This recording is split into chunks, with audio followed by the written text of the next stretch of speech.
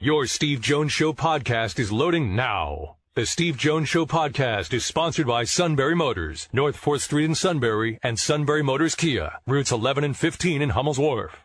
Let's bring in the king of barnstorming tours, because everyone wants to see talent on display. Nate Bauer, On3.com. Yeah. No, that's a perfect intro. Let's go. What do you got? All right. So let's start with the football part, since you were physically there witnessing that, and then we'll get to the basketball part. Okay? Yep. So watching the game play out, I had said earlier I felt like the first quarter played the way Greg Schiano needed it to play out. The final three quarters played the way Penn State needed it to play out. What were your thoughts? Yeah, I think that's accurate. It's interesting because obviously Penn State wins, in a blowout fashion. The offense wasn't good for Penn State, right? I mean, they struggled to move the ball. I think 6 punts maybe it took to start the game before they were able to score a touchdown, and that touchdown was scored on a short field. My point being, all of the avalanche of injuries and absences, they're catching up to them. I mean, sure. There's no way around it, right? I mean, it's a good story to look at Drew Shelton and say, to have that ability to be able to step in and, fill in for Olu Fashanu is great. I mean, it's a great development for Penn State, but he struggled at the beginning of their game. There were sacks. I mean, I think it's just, my takeaway being that it's easy to kind of gloss over that this is how Penn State is going to have to win moving forward. And obviously only 2 games left, but if Parker Washington is out, presumably for an extended absence, Olu Fashanu is still out, Caden Wallace has not returned, Landon Tangwall we know is out for the rest of the season, right? Like so all of those different factors, you're talking about losing as many as 4 starters from your offense at the beginning of the year. Right. You're gonna have to rely on the defense, which is coming into its own, creating some either opportunities for easy points or actual points, and that's what happened on Saturday. Which I want to get to Jair Bramwell. I want to start there because we've talked about it. Would just feel like I'm watching a next level guy in front of us. What do you think of how he has played and how he has progressed? Yeah, I think what James Franklin said last week about him not getting enough attention is warranted, right? I mean, he's in on everything. He makes them go. He's I thought that the telling of all the answers that Franklin gave about him last week, the one that I thought was telling was how he impacts everybody else on the field, but particularly the rest of the defensive backs.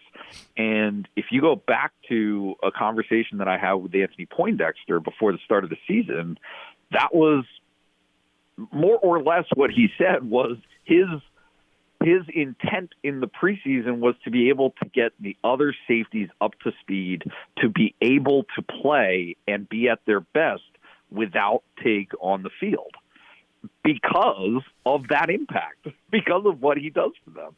I mean, I think certainly at the next level, whatever his opportunities are, he's a guy who is suited to excel. He's so mature. He's so composed. And obviously the way that he plays on the field, gives you a dynamic presence that is showing up as making plays. And that's only going to help Penn State moving forward, and certainly for him in the rest of his career. For the season, Penn State, for the season, has 26 different guys that have had tackles for losses. Yep. In the last 3 games, Penn State has 41 tackles for losses. What are you seeing? Yeah, certainly that diversity of, I mean, 2 things. Let's be honest here, right? Indiana's offensive line, not great. Maryland's offensive line and what they were able to do, not great. And certainly Rutgers had some struggles, and a quarterback who I did not feel I mean, he just really struggled. He struggled to get away. He struggled to make accurate passes. I mean, you name it.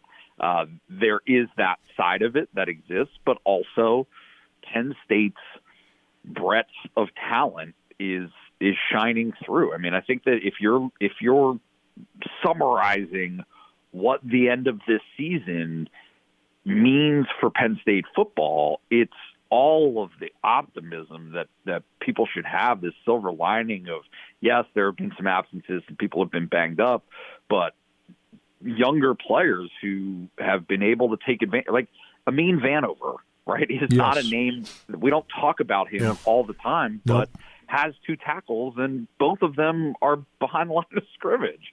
I just think that you see that Abdul Carter is obviously a star already, going to continue to be a star. Yes. But Kobe King taking steps. You see it all over the field that these are guys who are really in their first, maybe second year of eligibility, presuming that Penn State is able to do what it needs to do to keep these guys in the program this offseason. Okay. Mm-hmm. Like Penn State as a program is shaping up to have, success moving forward. Now let's go to one of the under radar guys. Sometimes you come out of the spring game and everybody goes, oh, okay, that's the spring star. We'll never see him again. And then there's Dominic DeLuca. When you look at you watch Dominic DeLuca play, and he's not going to get out there and get 40, 50 snaps. But what have you thought watching him and how he's contributed? Yeah, he's just, he's a perfect Penn State story, right? I mean, when I think of the Penn State football program and guys who have taken advantage of opportunities like that, I mean, he's that. He is, right, the walk-on who has been able to maximize the opportunities that he has. He has a nose for the ball. He's always in on plays.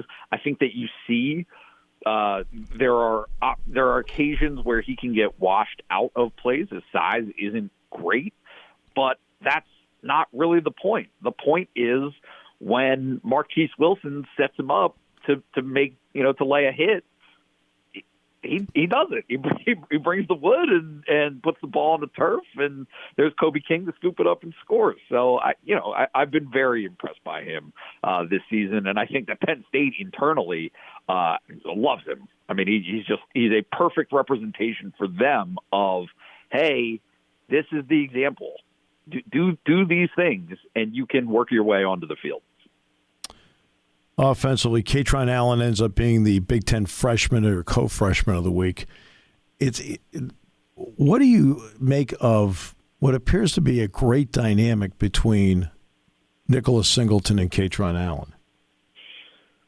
Yeah, I think that Singleton is starting to exhibit some of Allen's qualities, I guess, like the way that he runs hard, that the separation in terms of the thunder and lightning, that kind of easy cliche, is going away a little bit.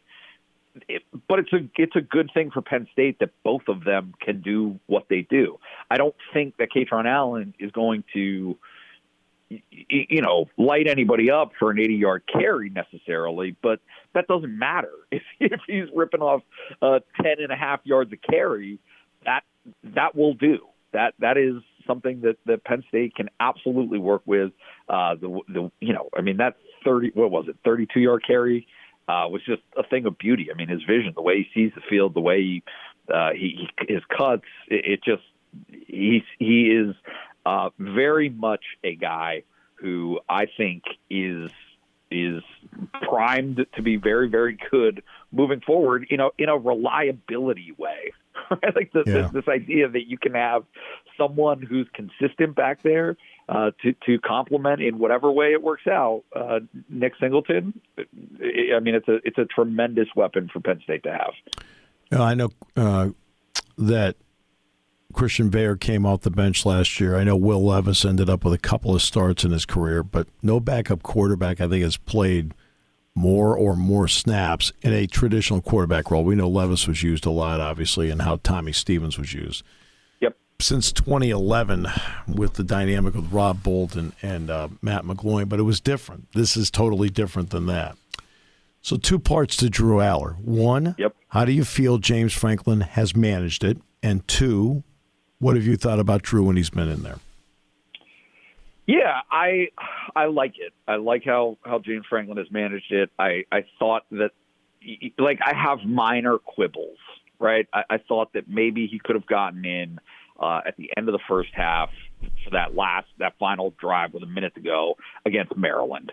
I think that, and this is maybe not the time or place for this, but we would not be talking about Drew if college football had its act together.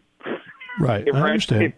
That is just the bottom line, and I just it frustrates me to no end that there is no relevance for teams who, like, you only get 2 shots. You get 2 shots to play relevant games, and then the rest of your season is deemed meaningless. So that's its own thing. But no, Drew has been he's been a freshman. He's been a really talented. He reminds me a lot of Abdul Carter at the beginning of the season. Yeah, right. A guy who, when it happens, that flash, just you can't avoid it. You can't That's miss right. it. It's so obvious the talent that he has, but also makes mistakes. Right? Does all the things that a normal freshman does. I thought it was such an interesting dynamic from a bigger perspective on Saturday of, okay, everyone in the game, right, during the game is clamoring. Okay, Penn State's got a big enough lead. You're into the second half. Put the kid in. All right, he's in the game, and now he starts to scramble, which, great. Okay, right. He has displayed that for you. But at the end of those scrambles, he's taken some pretty big shots. This is a physical Rutgers team. Yeah. And in my head, it goes ding, ding, ding. Hey, get this kid out of there. Right. Get this kid, right? It's like just this razor's edge of, okay, you want to do the most responsible thing that you can for the program. You want to develop him. You want to get him these first-team reps. You want to get him all of these experiences. They're all valuable. But at the same time, do not in any way jeopardize next season. Yeah. So it's been a tough balancing act, but I think that James Franklin has handled it well. I would get him to a baseball guy, and like with Cooper's group, and hey, let's learn how to slide here. Right? Yep. I'm not joking about that. I mean, that's okay. Finally, your thoughts on the matchup with Michigan State, which obviously still has. There's no question they have talent, but they're also 5-6. Yeah, I obviously I'm paying a lot more attention to Penn State than Michigan State, but certainly the way that game unfolded on Saturday for them, to lose to an Indiana team that's obviously pretty outmatched at this point in the year, suggests, like, I kind of thought 2 weeks ago they had won, I think, 3 games in a row. Yes, had an opportunity. They had a chance to. Yes, yeah. Yeah, I was of the mindset of, hey, everybody's kind of glossing this over from Penn State's side of things, that Michigan State's going to come in and be. I mean, they have played Penn State tough, no doubt, just about every year. Yeah, and so I would absolutely anticipate the same, depending on what the weather is, all these sorts of things. But again, I mean, Penn State and the way that it's organized defensively right now, I don't see the avenues for giving up, right? I mean, unless you make big special teams mistakes, unless there are explosive plays for touchdowns that are very uncharacteristic from what Penn State's defense has done so far this season, I don't see how teams are going to score points, right? And so that would absolutely hold true of Michigan State this weekend. Nate, always a pleasure, my friend. Appreciate it very much. I know we didn't get to some basketball. Maybe we can do that later in the week. Sounds good. Love it. Thanks for having me.